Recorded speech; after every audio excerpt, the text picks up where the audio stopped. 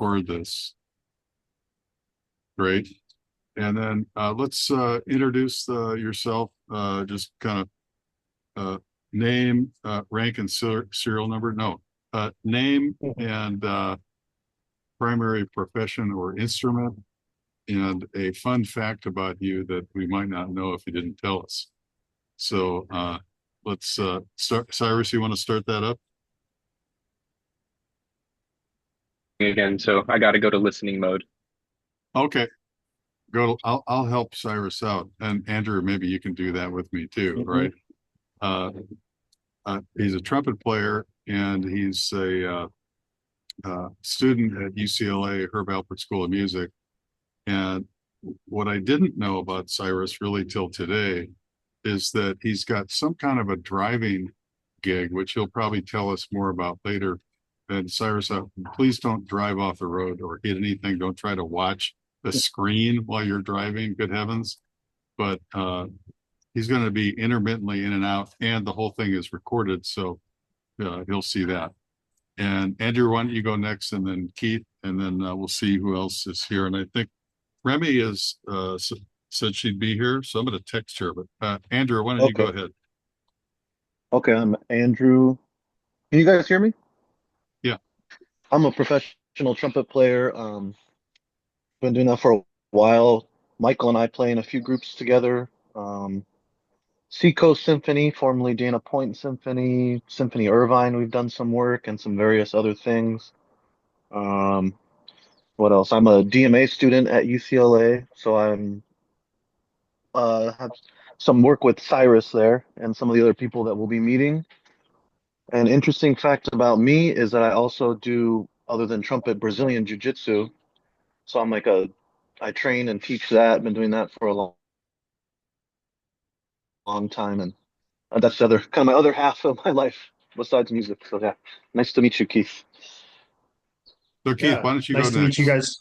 Sure, nice to meet you guys too. My name's Keith Barkman. I own a company called Sound Management Group, and we actually specialize in architectural acoustics and designing soundscaping and environments. And we work on the client side for a lot of studio builds. In performance areas, live performance areas, studios, and I've been doing that for a long time, probably the last 25 years now. And but fun fact about me, in addition to the build side, I'm an avid music collector. I collect records and vinyl. I've been doing that since I finished college. Really, what little money I had, I would go around to different projects, be working on in different cities and areas, and I'd always try to stop into a record shop and maybe pick one. Hopefully, not too many records at a time, and so that aggregated over the last few decades, and now I've got a little collection on my hands. So, big time music fan, and it's a pleasure to be learning more about the world with you guys. Awesome. Hey, by the way, I think last year, or maybe it was the year previous, uh, LPs, vinyl outsold CDs for the first time since 1987. Yeah, that is correct. That the medium kind of really made a huge resurgence, and I just think it's also kind of the tactile nature. We all have every bit of music at our fingertips and beck and call now, and for better or for worse. And I think that there is a certain return to tactile, a physical piece of music, owning a piece of music, and that is definitely reflected in that. Indeed. Okay, so I'm going to dive into some slides and talk track.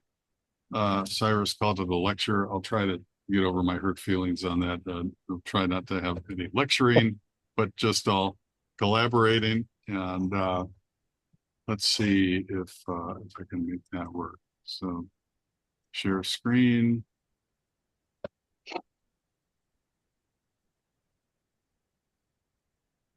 Yes.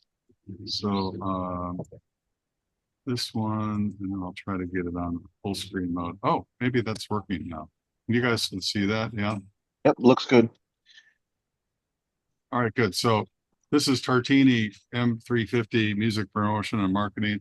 And I know some of you all have engaging schedules like Cyrus with his driving. And Keith, I think you might have to go later.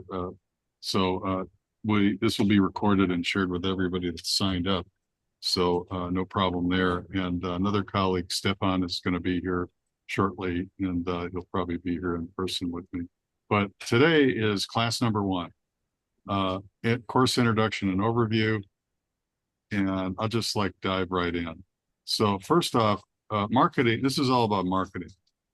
But just to distinguish, marketing is a different thing than sales. Perhaps you've heard of Ralph Harrison, the king of salespersons.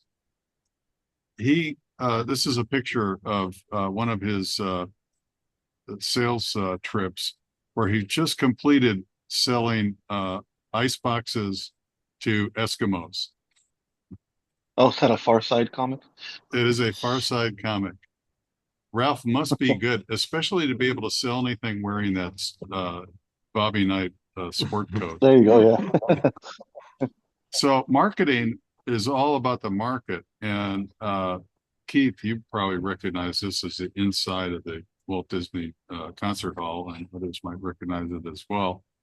And what I find fascinating is, sales is really kind of person to person. It's igloo to igloo. And marketing, however, is about the broader market and how do we reach them and what are the elements. And today I'm going to go, frankly, through, maybe it will be lecturing. I'm never going to let Cyrus off the hook on calling this a lecture, but there'll be a lot of, I think, kind of dry stuff today about just like principles of marketing, what's on that. And tomorrow, because this is music marketing, tomorrow's the music piece, and we'll sort of flip flop back and forth between this book, which is a book on marketing and advertising. It's a textbook used by and George Belch and Michael Belch. That sounds like a trumpet terminology, and Andrew, but then the other book is Always the Music by 2 or 3 time CEO Tom Morris, who's a colleague of mine and friend. And he was 17 years at the Boston Symphony, exited there as the CEO, and then later 17 years as CEO of the Cleveland Orchestra. That's how come I know him. And after that, he became the artistic director, non-conducting artistic director of the Ojai Music Festival, which is a very cool thing. I got to play there once or twice. It's just mind-numbing. And Tom, he says he went from CEO to artistic director. He calls it going to the dark side. Maybe that's a backhanded joke. And the reason he's qualified to do that, he started his career as a percussionist, and he's still a performing percussionist. He played timpani, and his mentor was Vic Firth, who became famous for making drumsticks. And yeah, Keith, you heard of him? Oh yeah. All got right. got a couple pairs of his sticks. I'm looking at them right now. Got a couple Vic Firth sets in the house. It's incredible. Vic Firth was the timpanist in the Boston Symphony. And then he started, Wow. This is a great music business story. I'll keep it short. He started making these sticks, and he made a deal with a local pepper grinder company that was making wooden pepper grinders like they hand you at a restaurant. And so he could use their lathes at night when nobody was making pepper grinders to make drumsticks on the wood lathes. Later, he bought the whole pepper company. He was making so much money with these drumsticks, and they stopped making pepper shakers, and they only made drumsticks. So, it's just amazing how some of that stuff happens. But Vic Firth. So it's all about market. And I was actually looking for a picture that had a whole bunch of people sitting in the audience, but I liked this one better because it was prettier of the inside, and there's no musicians on stage. There's no one sitting in the audience, it looks like. And I kind of decided maybe that's actually more important, because what you're trying to do in marketing is attract people and kind of create a market or find a market or find the people and get them, but they become a market that you can, Andrew, perform for from the stage if they're actually in the building. If they're not in the building, maybe you can get to them electronically, but it'll be perhaps difficult. And by the way, speaking of electronic, this I think I mentioned I'm going to be recording this and distribute it. So even if you couldn't make it today, we'll get you up to speed. And then a quick comment on some case studies. I'm not going to go into every one of these in depth today, but this is I have some of these lined up to do guest speaking, including Tom Morris and Kenny Aronoff, who is the current drummer for Sammy Hagar in residence in Las Vegas. I've got Herb Alpert's road manager lined up to speak. I might have a harder time getting through to Taylor Swift, but these other ones I'm pretty confident on. And I'll also, in addition to a recorded version, I'll send everybody a copy of these slides. And we did the, so here's my snapshot. I won't dwell on this, but you guys can look at this later also. The most important thing is at the bottom, which is my foundation. My wife Carolyn, our now 31-year-old twins, Ryan and Stephen. They live in Berkeley/Oakland. So pretty lucky. And a little bit more on this is I talk about careers. Andrew has seen this stuff. Have 5 pillars in your career, and these are my 5. I can show you some other later, and we already did this. So let's dive right in. Any questions, comments, complaints, suggestions, anything so far? You guys good? Nope, not yet. All good. Okay. All right. So I lined this opening up with kind of chapter 1 and 2 from the big book of marketing, and I highlighted some of the important things just in blue. Marketing is all about communication, and what the book talks about in the science of marketing, you'll hear a lot about this IMC, integrated marketing communications. And where did that come from? It's kind of an evolution of practices and why it's important, and kind of what are the elements of promotion that go into this. And Stefan just arrived, so good to see you. Have a seat and maybe fire up your own equipment. We'll keep rolling. So that's overview and learning objectives out of chapter 1. And then advertising and promotion, integral parts of kind of the social and economic systems. I'm pretty sure that versions of this book were written before any code was written that what goes into Facebook. And so a lot of these principles might seem old, dusty, and boring, and they kind of are, but they're also true and they work. So that's one reason that I wanted to kind of start with a bit of an overview of what this is all about. And by the way, timing is we're scheduled for 90 minutes. I'd say we'll take a break at the 1 hour mark, and then we'll see how much we have left to go. But we'll take a 10-minute break at the 1 hour mark. And then, so the growth of advertising promotion, integral parts of the whole system, evolution into a vital communication system, and what's the role of these things. And so really, what is marketing? Someone might ask. And this is definitely old. The 4 Ps: product, price, place, and promotion.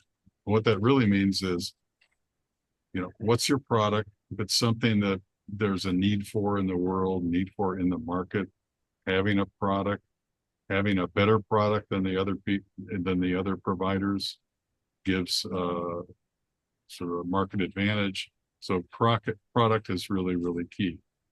Price is also key. How much does it cost?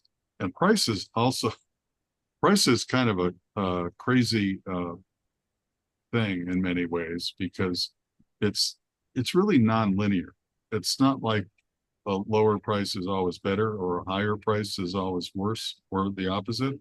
It's really a bell-shaped curve. And the way that I think of it is, if the price of whatever you're doing, if you set the price at 0, your revenue for doing this, however many times you do it or sell it, is going to be 0, obviously, because the price is 0.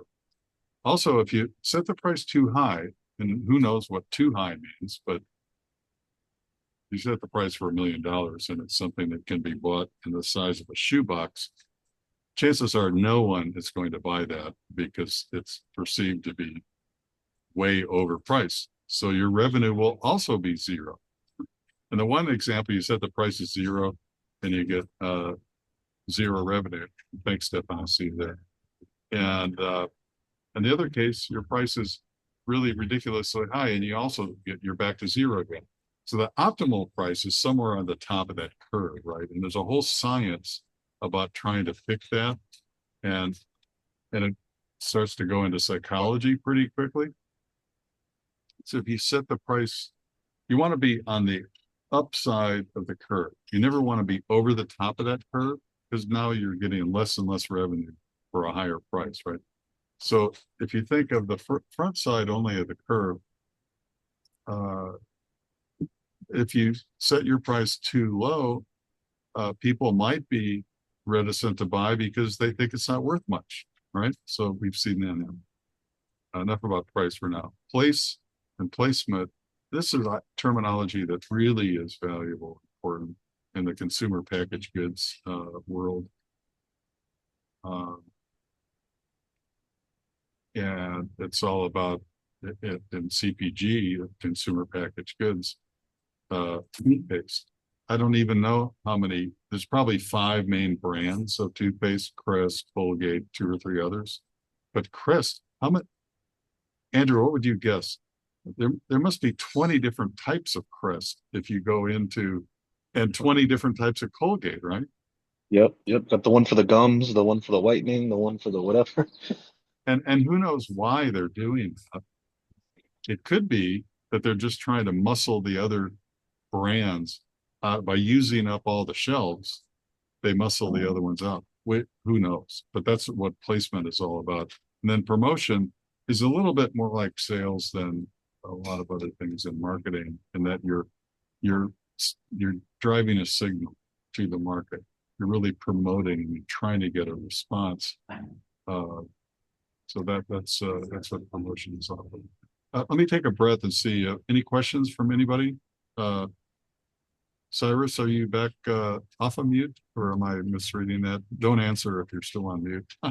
So electronic. Looks like he's muted. Okay. I probably just didn't see that mute sign. There we go.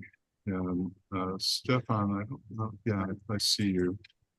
Yeah, there you are. Okay, so Stefan, you missed the intro. I asked, tell us what you do, and a fun fact about you that we might not know if you didn't tell us. Hi, nice to meet you, everyone. I'm Stefan. I'm a software engineer by trade, although I'm rebranding myself as an AI strategist, since that's a lot of what my business is these days. I think, for a fun fact, my first language is Spanish, and I didn't learn English until I started school. My mom is from Mexico, but she's also white, so you would never maybe guess that. Welcome. And Stefan is a frequent flyer here at the SAP Anonymous in Newport Beach.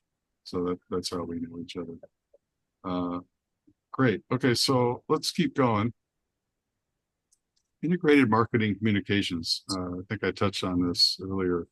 And it's really the application of consistent brand messaging across various channels.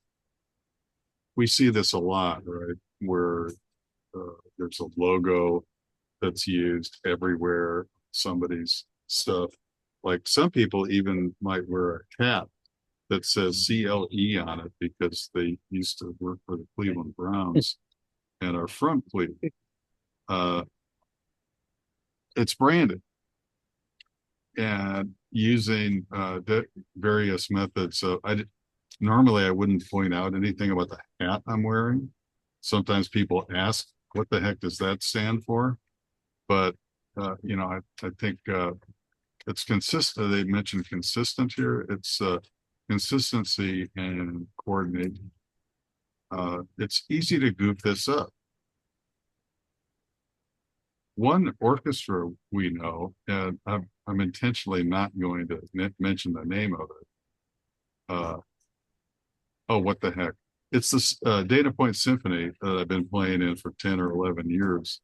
And in year number 12, they decided to change their name to the Seacoast Symphony with, I think, a misguided idea that somehow that branding would allow a broader appeal beyond just the city of Dana Point. And I think it's a big mistake on a lot of levels because they had 12 years invested in the old one. And you got, in today's world, talk about coordination.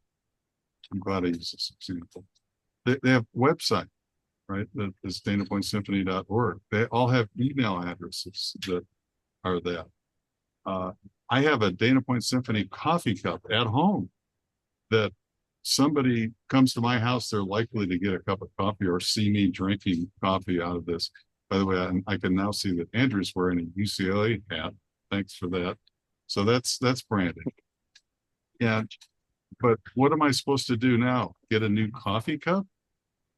No, all these branding efforts, they all have an effect on people. And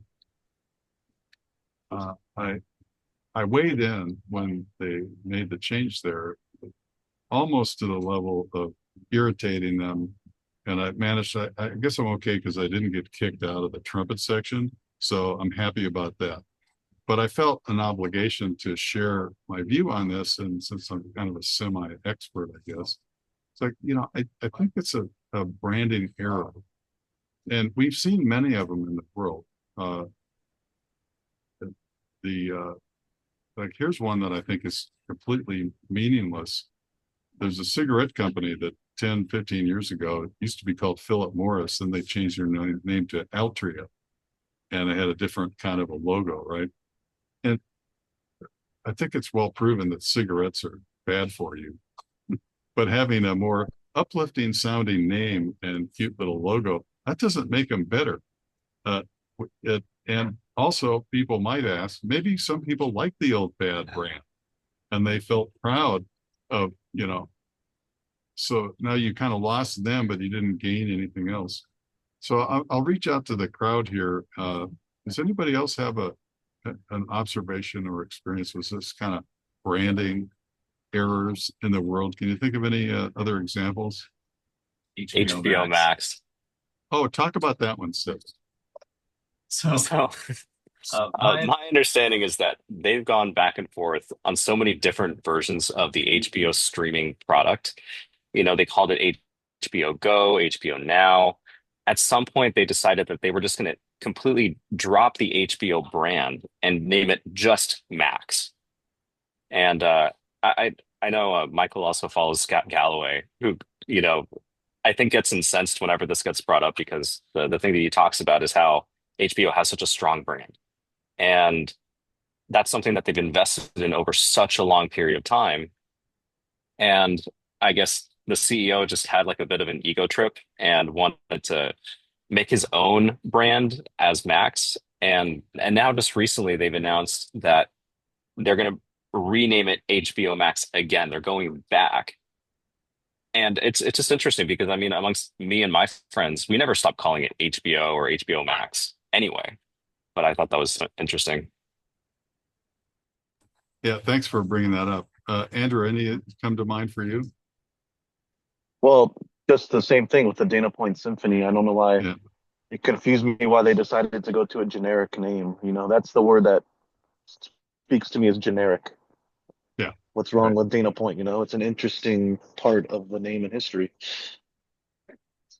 Yeah, right. And that's one of the things I told them is like, look, this is an historic landmark, and it's a lot of people here know that I'm a sailboat sailor. It's a navigation point on the chart to navigate by Dana Point. And it's the name of an author, Richard Henry Dana, that wrote the book 2 years before the mast about his 18th century whaling experience. There was a Herman Melville era. Moby Dick was the more famous book from that era. Herman Melville was the author of that one. But it's it, you, you can change the name of the orchestra, but it I don't see any upside. I just see nothing but downside. Keith, before we go to the next slide, you got any branding snafus that come to mind? I think maybe more in like, I think it might just be more of a maybe a faux pas, but like, you know, I remember this ad that came out a few years ago. It's for Pepsi, and it was like one of the Kardashians. I think it was Kylie Jenner, right? And like the world is up in arms, and it was during COVID times, and people are protesting, and it's just it was such a time of uncertainty, and it was just like, gosh, all of this would be solved if Kylie Jenner could just get right up to the front line and just give everyone a Pepsi. And it was like, I knew what they were trying to do is like, I'd love to buy the world a Coke and everyone have a smile. Like they were trying to kind of Right, throw right. back to this old school Coca-Cola thing, but it's just the tonality of it. And I was like, man, did this miss the mark? And then it almost became this like meme, right? It was so bad that everyone was like, what were they thinking? And it's just that kind of thing where I feel like there were a room of people there definitely. I don't feel like there was a room of people. There was a room of people that approved that. And I think it Right. was a room of people that, there's probably one person's idea and then another 12 people that didn't speak up to put the kibosh on it. And there you go. Now you have this kind of you know something that exists for only a few minutes because it's so bad that it just ends up getting pulled immediately. Right, right. Um, yeah, that Wasn't that was around the same time that it was during COVID and Gal Gadot and all these celebrities sang this song oh, together? And oh my God, it felt like the same thing. Yeah, oh, that's that what I was thought so of. bad. It was just like this is what we there and there weren't really like it wasn't like singers. It was like Tone deaf in it's more than not one like way. like we're gonna get like I remember I did think that it was like a Bocelli that was beautiful, but it wasn't like like these aren't sopranos or anything like that or like trained singers, right? It's just these are actors that figured this is what I can do, for you. I'm doing this for you. It's just that tonality I thought was just it was very very off brand and then resonated. The intention, was almost completely counter to what they were going for. Yeah, isn't that the way it usually happens where not if you miss, not only do you miss, but you miss by 180 degrees off the wrong direction. Yeah, thank you all for adding. Let's keep rolling here on the slide. And so what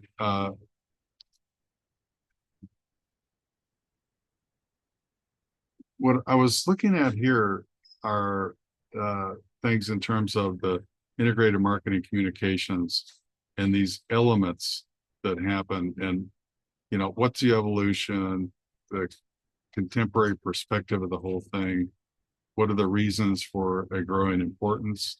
And then I think on the next page, we have, that's the end of Roman numeral 4.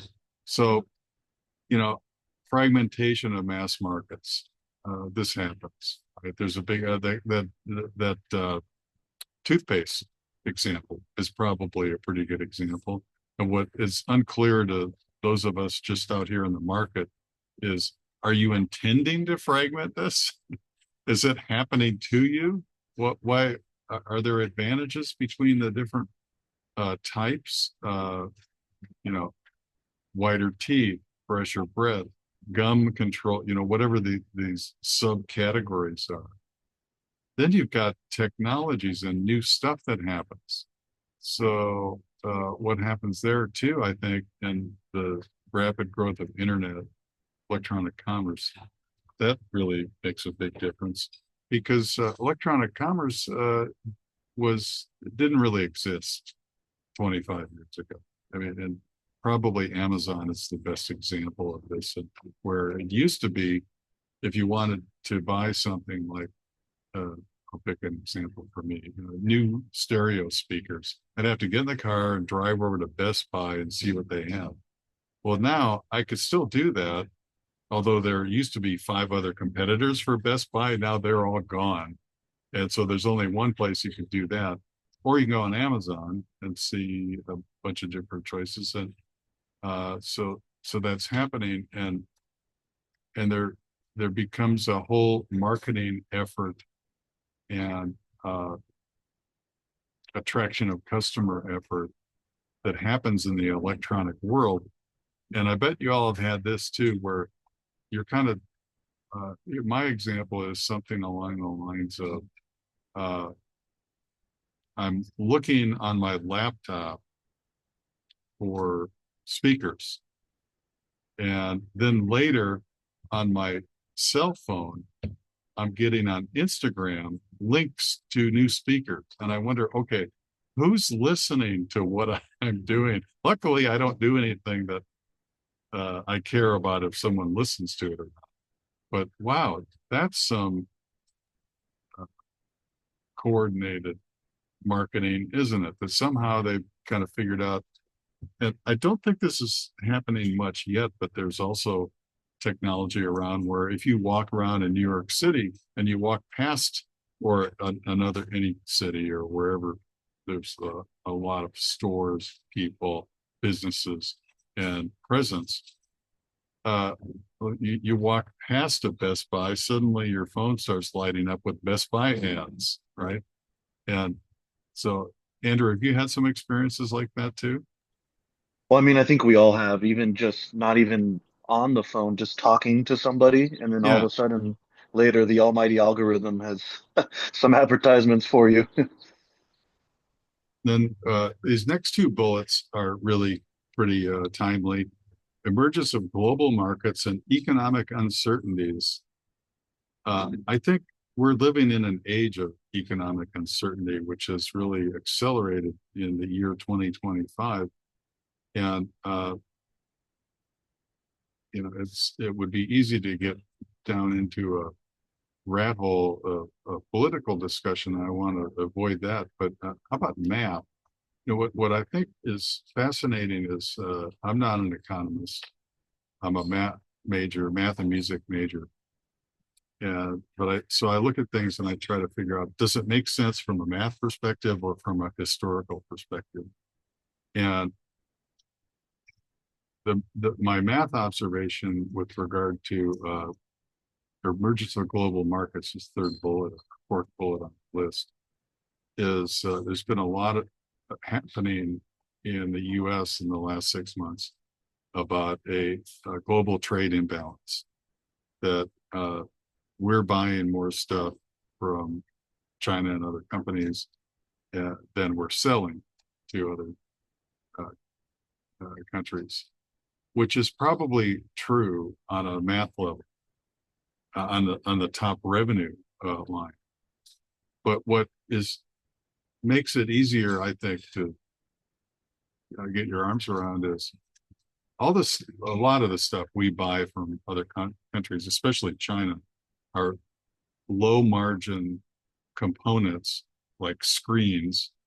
Remember when a these days you could buy a 56-inch TV for less than $200. That would have been $2,000 not too long ago. So these things are commoditized and they're low margin. Yet what we sell at, and export to other countries tends to be software, services, arts, and other super high-end, luxury items. And so that although if we're buying $100 of low margin stuff and we're selling $100 of high margin stuff, margin meaning it's very profitable, that's good for us.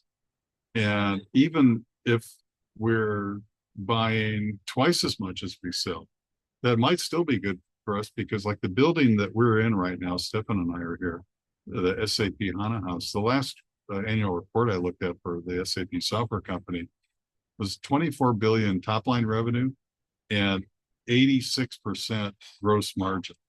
So that's mind blowing, because a car company has about an 8.6% margin, not 86%.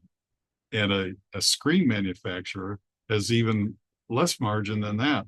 So, I guess my guidance is be careful as you're making these comparisons, because just top line revenue isn't everything. Andrew, have you noticed that you're doing more international travel now than you were when I first met you? I think. Yes. Sorry, you cut off there, Mike. I didn't hear the second part of the.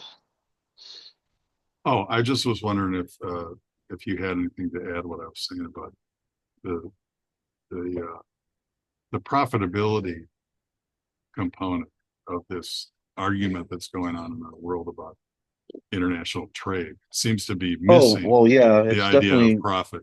it's definitely a volatile time, and sometimes things seem to be a little bit divorced from the actual statistics and reality. And I mean, I feel like Stefan would have a lot to say about this, especially with, the I wouldn't even say emerging AI market, but the burgeoning AI market.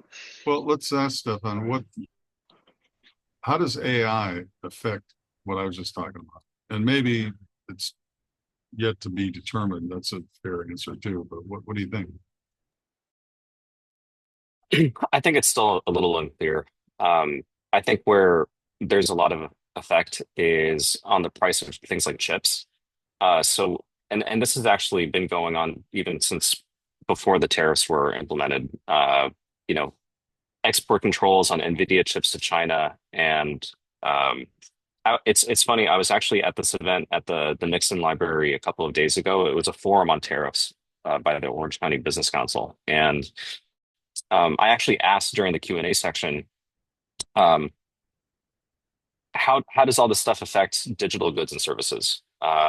And I didn't say AI, but they picked up on it. One of the people that was there, he's some person high up in JP Morgan. Uh, the short answer is he said that's a really difficult question, but as of right now, they don't see any slowdown in the AI space because of all the tariffs. So I thought that was interesting just because, in my mind, if I'm trying to pick winners and losers, I don't know that uh, AI or tech is necessarily helped by the tariffs, but when everything is being hurt by it, well, on a relative basis, to me, that makes it a winner. But that's all I have.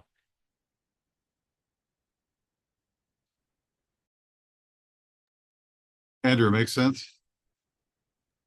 Yeah, it's like the opposite of a rising tide raises all ships type of thing. We're all on equal footing if these tariffs are in place. Indeed. Uh, okay, so continuing on, the integrated marketing communications B contemporary perspective is the most important thing here, I think, is the strategic business process for planning and developing, executing, and then testing the results, evaluating a coordinated brand communication program. And of the examples that we were throwing out earlier, like Keith, by the way, sends his regards. I knew he was going to just be able to stay for the first part of this. And the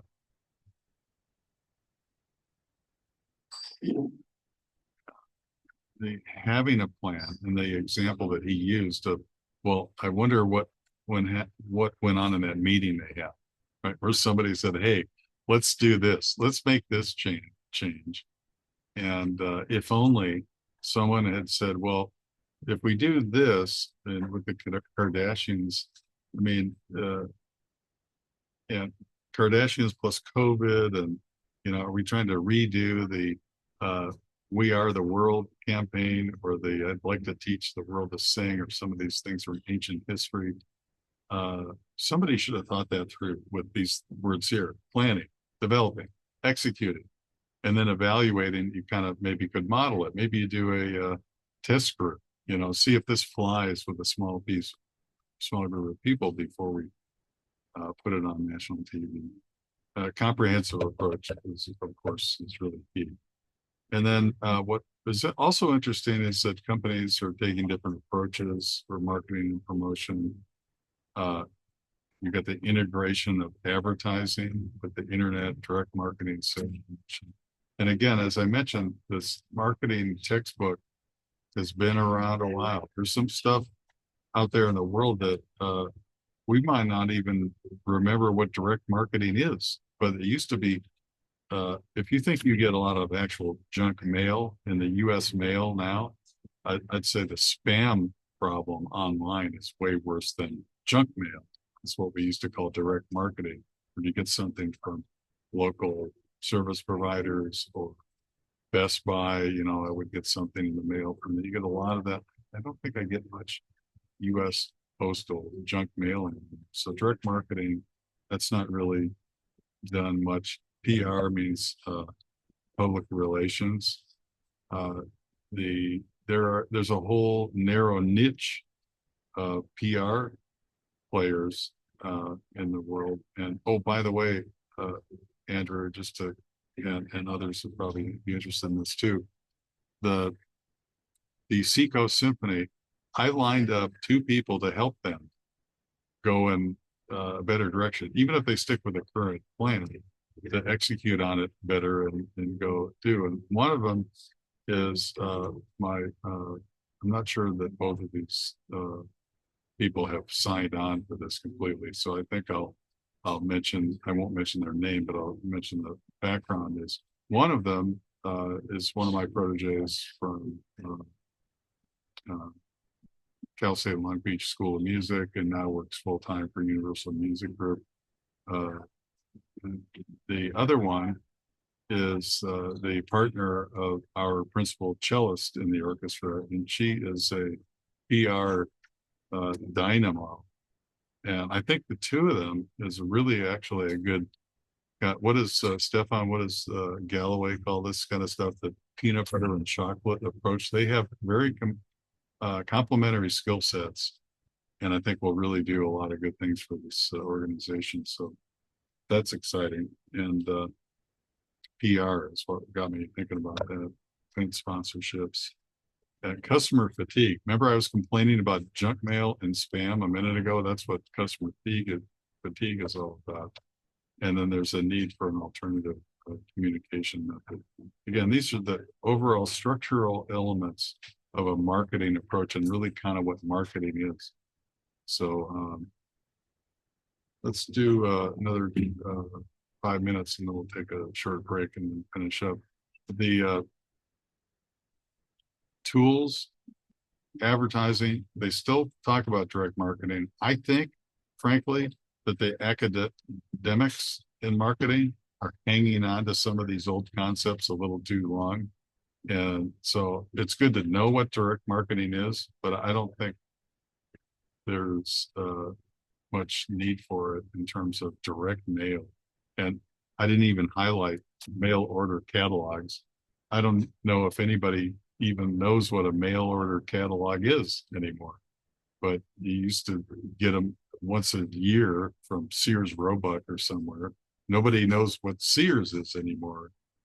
That's also an issue. So that's interesting. And then kind of the interactive nature and precise measurement capabilities. So the more electronic this stuff gets, the more you actually can do it in an interactive way and then measure what it's working on. And the most important thing on this page is digital and internet marketing. That's another one of my proteges, Claire. She's on my website, a really kind recommendation for me. She has a electronic media marketing major degree from USC. And you know that's such an important thing that you can major in it now. In previous decades, that didn't even really exist. And so we can really do precise measure effects in advertising promotion. One example of that I would talk about is, and I think we'll cover this in more in depth later in the class, the email marketing apps that are out there. The one I use is used to be called ConvertKit. Now it's just plain old Kit, K-I-T. It's easy to use. It works pretty effectively. There's others. Exact Target is one. The Salesforce.com bought one of the Constant Contact is another one. And when you get emails that say at the bottom, click here to unsubscribe, that's how you know it's coming from an email marketing system. And I don't know, Andrew, Stefan, do either of you guys use any of these things? Those are sort of the things for the email blasts. I don't use any of those personally. I've used them in sort of a secondhand way. I started a blog for my group Orange County AI, and it uses, I think, SendGrid to whenever I would publish an article, it would go into people's email inboxes through them. But I actually had a question for where cold calling falls in here.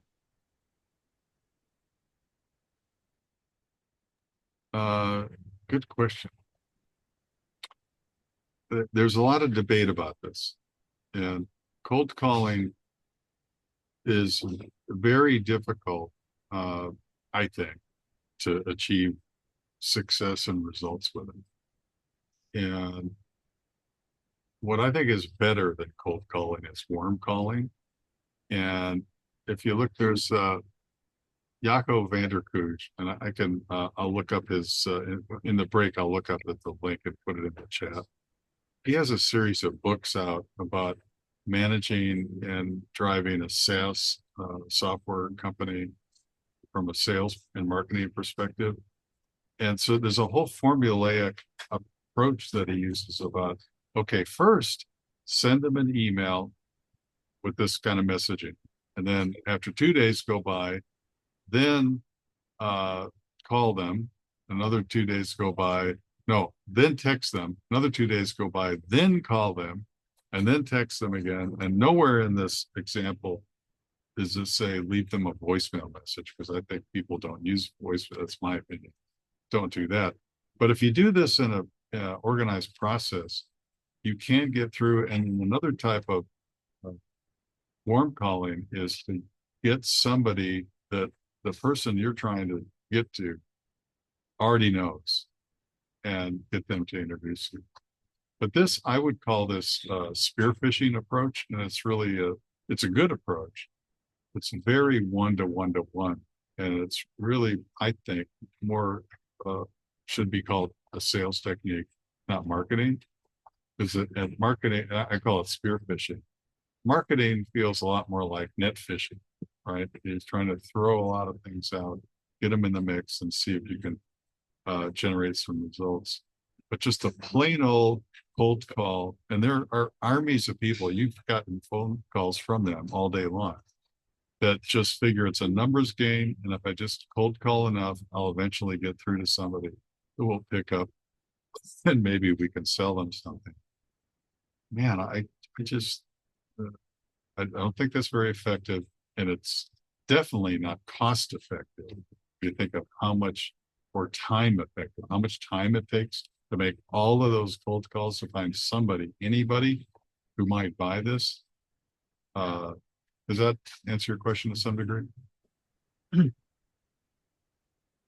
Well, yeah, Mike, to your point about we were talking about the tariffs and the margins, all of that cold calling has been offshored to other countries now. That's Yeah, the kind of the classic thing. Yeah. yeah, and I don't know if that is actually affected by tariffs because it, is that is that a There's no product? importing. There's Yeah, no there's importing no. or exporting. Yeah, It's yeah, just happening out there on a phone somewhere. It could be yeah. anywhere. It's kind of, yeah.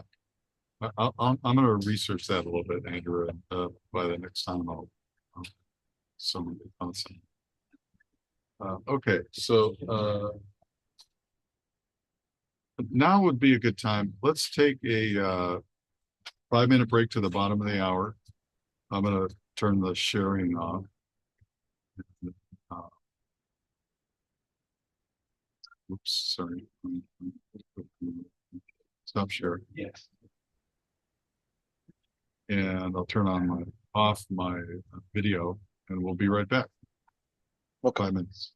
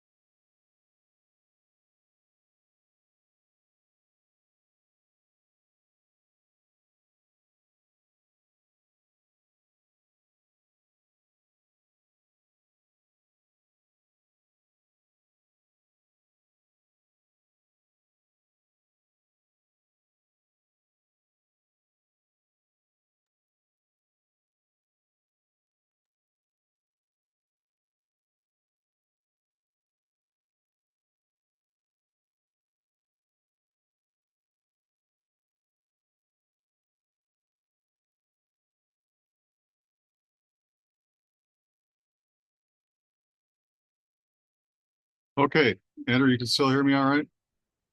Yep. And then Stefan had to go to another meeting downstairs. I'm sure Cyrus is with us and we'll get the recording. I also heard from Remy that I she thought it was going to be at 11:30, not 10:30. So Oops. you know what, I should have I told her tomorrow is at 11:30, and I should also tell her I'm still going.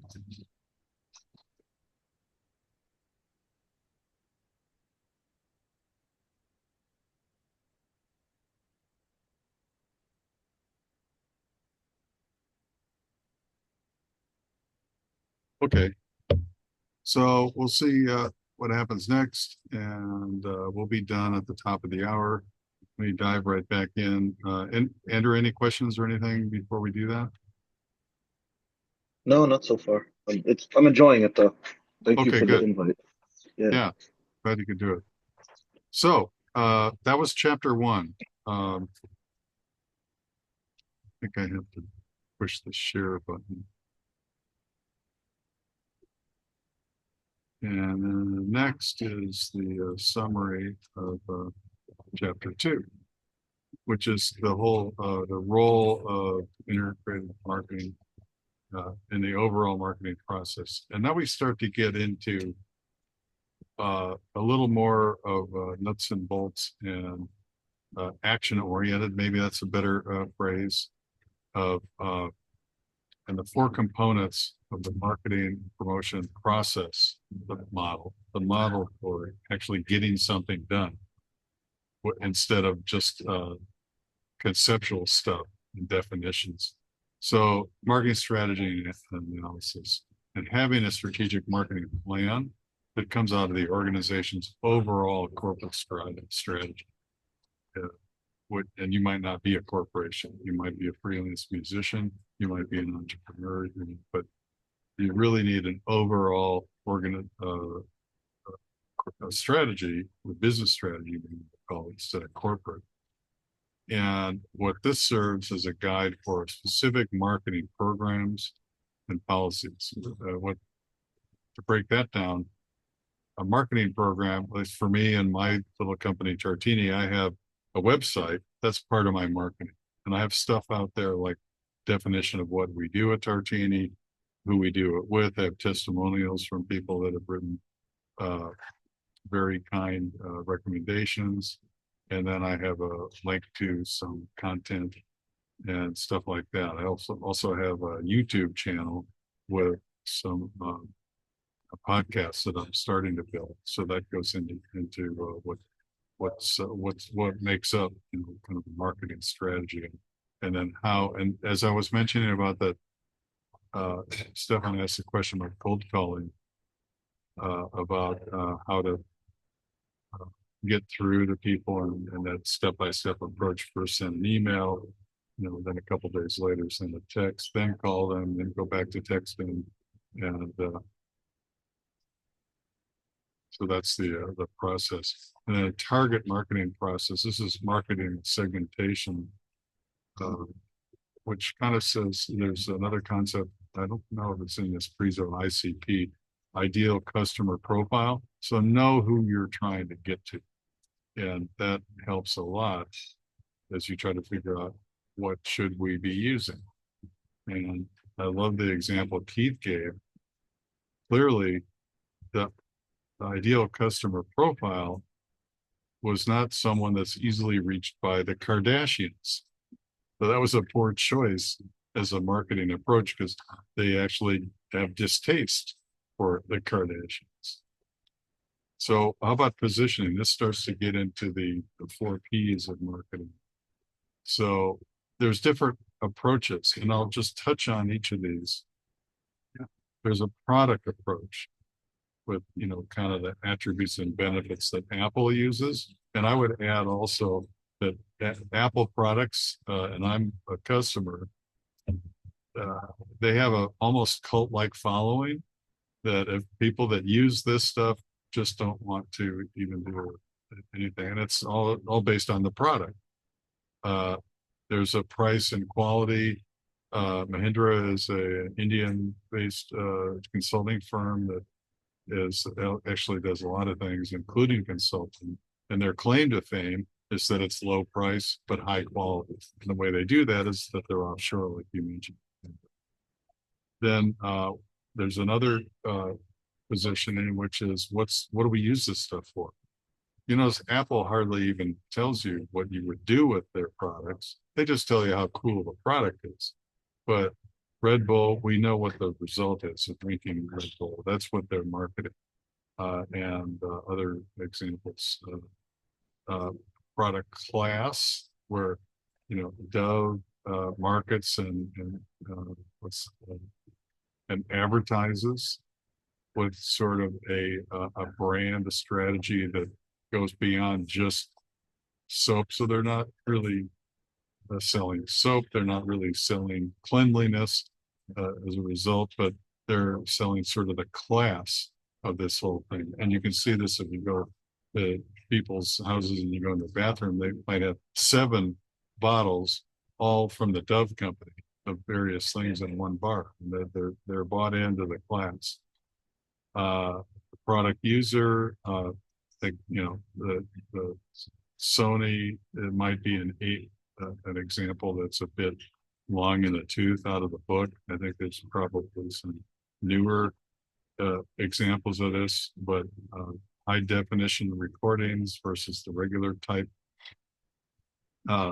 There's positioning versus competitor, where for years Avis, their whole advertising methodology was to compare themselves to the number 1 player in the space, which was Hertz.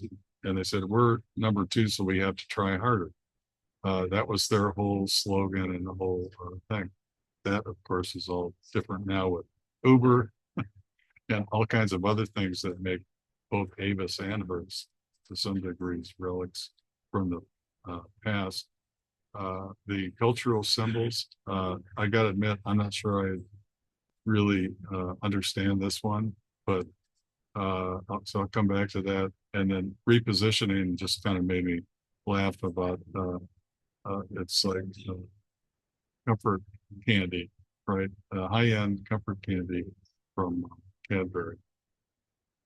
Developing the overall plan, this is where you start to look at product pricing and promotion and just designing what that should look like for what you're trying to do as a business. And segmentation, we touched on a few minutes ago, and we talked about a few different types of segmentation. It's pretty interesting. And what segmentation is, it's basically to further define this kind of ideal customer profile, ICP, so that you know who you're trying to market to, sell to, like with geographic market, where what Coleman, they make camping stuff and flashlights and camping stoves. They have different products in different parts of the world will sell. So they've actively and intentionally divided up what they do based on the geo. Demographic is another number 2, where looking at certain products are attractive to older people and not so attractive to younger, or vice versa. And gender, there's also handsome versus pretty. They're targeting based on who they think their ideal customer is. And psychographic segmentation, personality and lifestyles. Certainly, there are some Mercedes drivers in the mix, and it's a thing, and it's a lifestyle, and okay, here's a tangential comment. Yesterday, out on the street here was a 1976 Mercedes 450 SL 2-door with a removable hard top, with a sign in it that said $14,000 for sale. And I thought, I'm going to have to send that picture to my wife. Is that asking permission or, Uh, well, or asking for permission? oh, a good question. No, I know that's her favorite car. Oh, okay.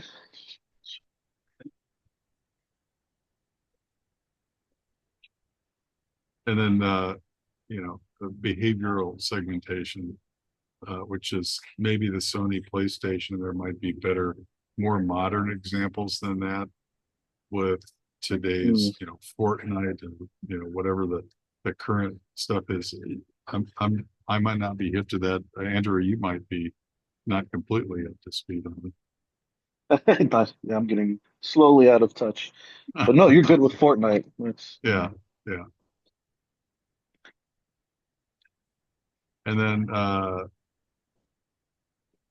the role of advertising and promotion. So there's advertising, there's sales promotion, direct marketing, these other things we mentioned. And the goal is to inform people about the products we have. They can't buy it if they don't even know about it.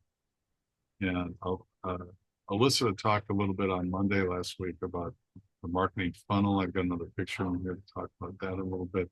And also, they need to know how much it costs, uh, where they can get it, and we need to kind of whoop up some generated interest in things through promotions. Oh yeah, here's the funnel.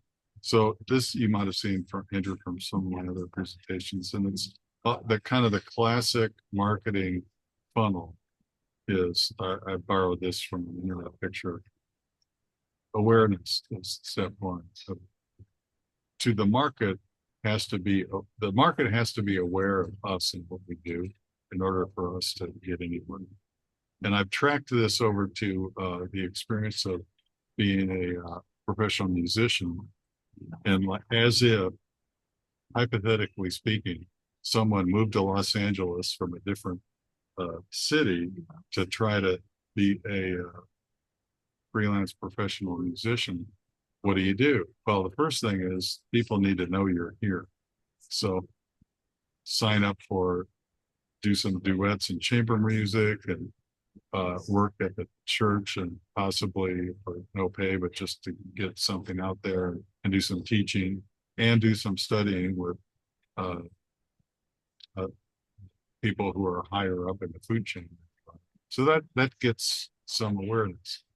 Then the next thing after awareness is opinion, and you want people to be aware of you and also have a positive opinion of what you. So here's some.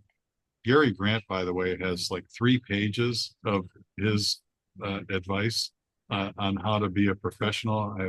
It's a famous trumpet player in Los Angeles. I'd encourage everyone to Google Gary Grant and get his 3 pages. If they can't find it, let me know. I'll send it to you. But it's all kinds of stuff like don't ask questions, bring a pencil, be on time, don't laugh, uh, say thank you, and there's all kinds of stuff. But I boiled it down to show up on time, and early is on time, play in tune, and then play well. And this is my opinion, playing in tune is more important than playing well, whatever well means. You can't be well, but if you're in tune, your chances of being a positive contributor are good, and then the opinion will go up. Then you start to be considered, and you get on the list. They've got a sub list at various orchestras. The contractors have a list, and then be available when they call and be proactive by calling them. And so that works to get you to consideration. Preference is something that starts to happen when they realize by being aware of you and they have a positive opinion, and then they're actually proactively considering you. And maybe now you're at the top of the list by being excellent. And the other really interesting thing, and these are obviously from the experience of being a freelance musician, but they really apply to any profession. Where like collaborate with the others and don't compete in a sense. Like uh, it is a competition, but it's also a collaboration. And I guess maybe if I had more room for more words, I would say something like, don't compete by being competitive. Just compete by being good at what you do, and also enable others. There's a book somewhere that says, give and you shall receive. That's what that means. If you're enabling others, you're going to get enabled uh, by those others because you've done something for them. Would it pay it forward? That's another phrase that works. And then that gets you to purchase, which is also known as getting gigs or getting a job or selling the product. So that's a typical marketing funnel with some music connectivity examples. That makes sense?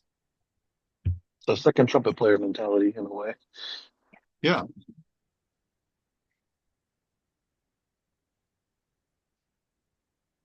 So what we're doing is getting a better understanding of business and music, learning some stuff about rapport building, prospecting, and the 4 Ps, marketing and promotion process.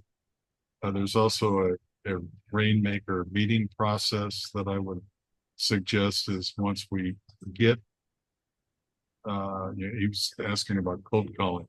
If you get into something, you have about a minute to build some rapport and also tell them why you're here.